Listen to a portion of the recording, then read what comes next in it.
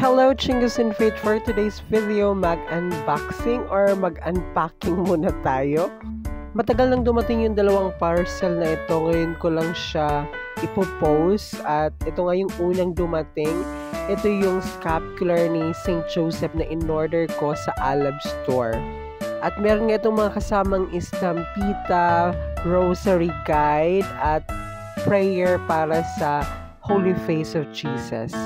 Mag-quality check naman tayo.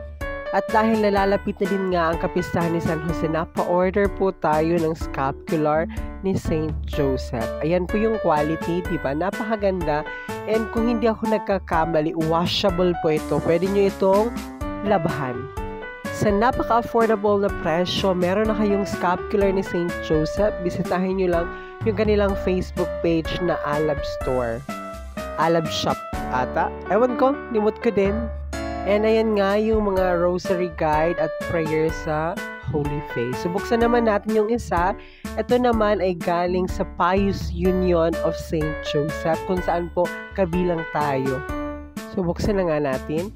Meron dito mga kasamang rosary. Meron din itong maliit na scapular ni St. Joseph. O ayan, nabuksan na natin. Nadikit kasi yung plastic doon sa pandikit ng pack. So, eto na nga yung mga rosaries na mayroong kasamang estampita ni San Jose. Yung nasa likod na panalangin ng estampitang yan ay translate po natin sa Bicol para magamit natin at para madasal everyday. Kasi nag-home visitation kami ng image ng Virgin of the Poor at ang pinakahuling dinarasal namin is yung short prayer na yon. Aside sa mga rosaries, meron din itong kasamang keychain. Ayan, nakikita niyo yung keychain. At meron ding card. Ayan, card.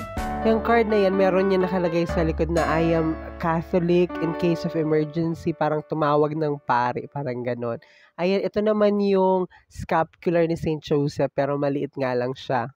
So, there you have it. Yan po yung mga laman ng dalawang parcel na ating in-unpack. And yung prayer card pala na yun ni St. Joseph is tinatch din sa relic niya. Hanggang sa muli, thank you.